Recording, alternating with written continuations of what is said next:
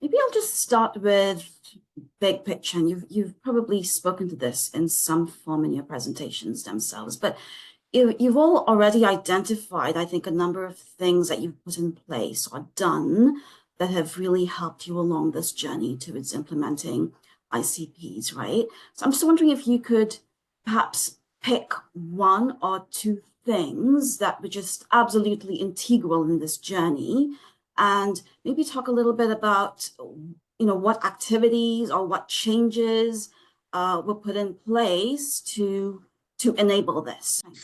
Yeah. So I think something that emerged as we were doing the work, we designed these education sessions. So we went out to the FITs in the region. We had a pathway document to catered to kind of their practice and what was needed, grounded in the quality standard.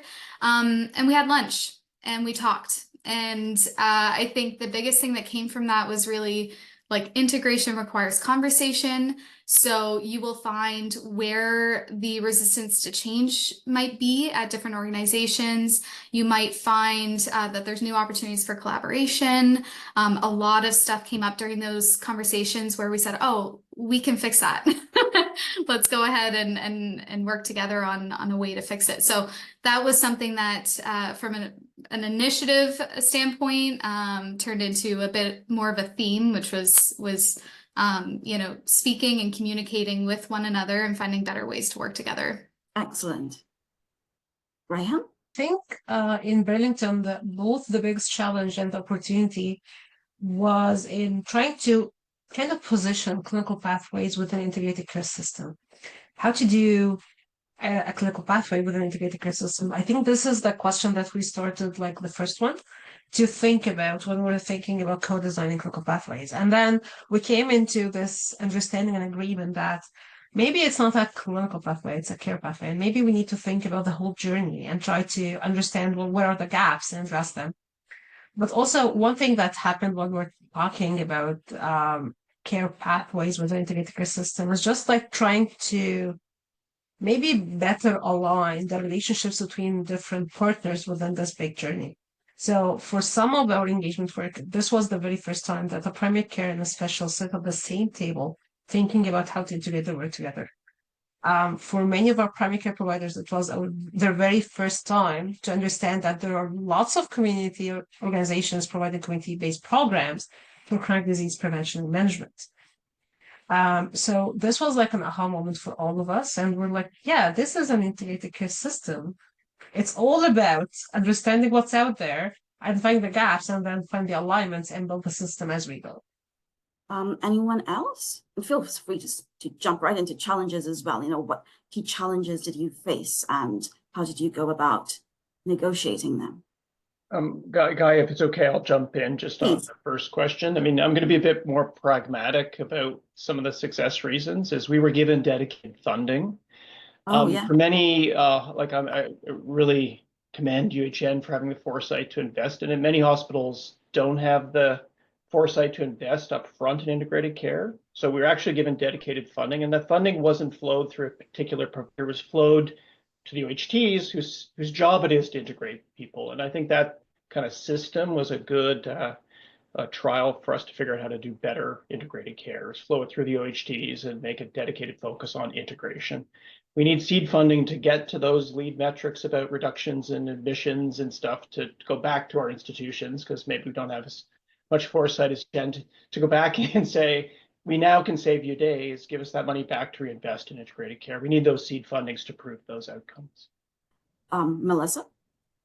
Yeah, and maybe this will go to some of it. So I appreciate Jeff getting really practical with all of us. And I think for us, one of the questions was, funding is always going to be a challenge. I think we worked with one-time funding and still are, quite frankly. But one of the tricky things that we had to do, and I'd say it was I don't know, it could go either way, but we had to decide either, this work takes a lot of engagement and co-design, as you've seen from a ton of people here, like a large portion of the conversation is that it's critical.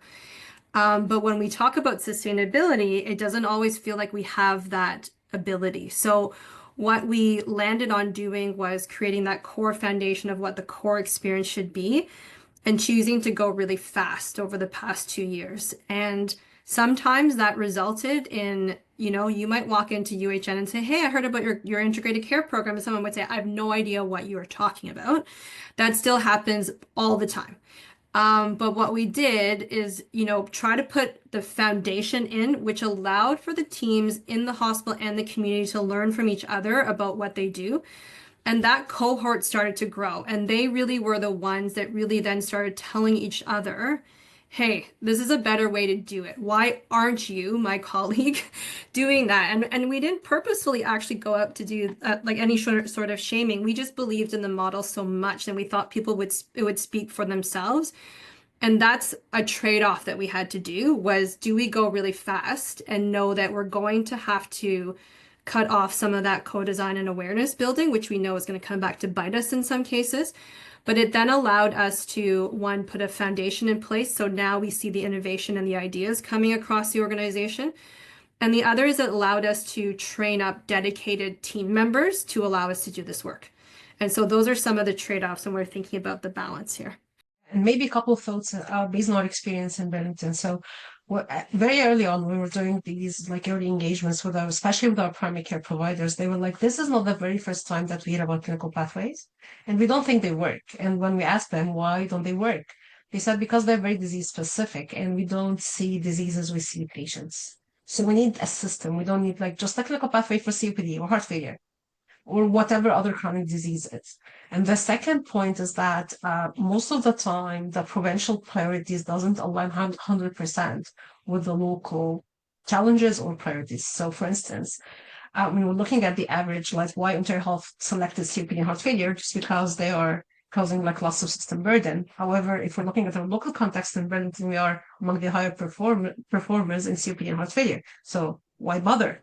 And why work with all our providers if like nothing more can be done? So again, thinking about the system rather than the disease, and thinking about the journey, and how can you not just start from the hospital and then go forward from that? How about before the hospital? How if we are putting some pathways that would support not going to the hospital in the first place? So I think these are all the considerations that are very backed up by integrated care thinking, but they're not among the very formal way of thinking about clinical pathways. I think we're taking a very similar approach in FLA, and especially looking at the spin from Ontario Health over the last couple of months towards the chronic disease prevention management models, as opposed to these clinical pathways. I think that really lends itself to how we can shape this work into being more sustainable and scalable for local needs. One of the things I think is important to like zero in on here, though, is not just abandoning the work of CHF and COPD and immediately jumping to another pathway. Otherwise, I think there's a very significant risk that the really great work that's been done to date will just kind of crumble without the resources in place. I think to Jeff and Melissa's point, like you need that investment to have the right personnel capacity to make these programs run effectively. And we are starting to see really great outcomes as a result. I think we probably need another year or two of really dedicated support around our CHF and COPD pathways to continue to demonstrate the results and make sure that they're running smoothly and integrating with, especially in FLA, our health home model, which we're trying to focus in on. But then also looking at how we can proactively plan for the future. So we're doing a ton of data analysis to better understand our population, right down to the neighborhood model. So different areas of our community will need different resourcing. And so how can we put the right resources in place in those communities to Rehan's point, prevent that hospital admission? And we're also doing some work with our specialist network in the FLA region to understand, also where are the specialty constraints, like how can we move some specialty here into the community to offload some of that work in the hospital to free up some room for more pathway focused work and procedure space. So I think that's some exciting work to date. And I think based on the data so far, our natural next step would be around diabetes and lower limb preservation. We're seeing that as a high priority in our region, but just wanted to really flag that there's a need to sustain the great work that's happened so far before we just jump into a net new pathway. Thank you, Ali. Melissa? Just really quickly, I would just say that we are expanding more to focus on the older adult population in particular to support. And I think that's where the amazing work that's already happened with these pathways, I think is another element to bring into this, is because what we're seeing with the older adults is they're the ones who are driving how and where do they need the care, thinking about mobility, thinking about health promotion and prevention, like as way more upstream than we normally do in the health system. And I think that's a really exciting place to be, is really bringing that into the fold. And we're not only seeing, you know, obviously the excitement of it, but it's the capacity the community is bringing as well. So not only are they kind of doing the work to say, I can put posters up in my building if you're going to come do a wellness clinic or something, but they're also the ones that are going to get their neighbors, making sure they show up for appointments or education sessions and helping each other do it. And so I think that's an untapped part of, you know, really hugely doing integrated care really well, is how are we enabling the community to do it for themselves? And I think that's the next part that we're kind of heading into as well. Thank you very much for all your contributions, all of you.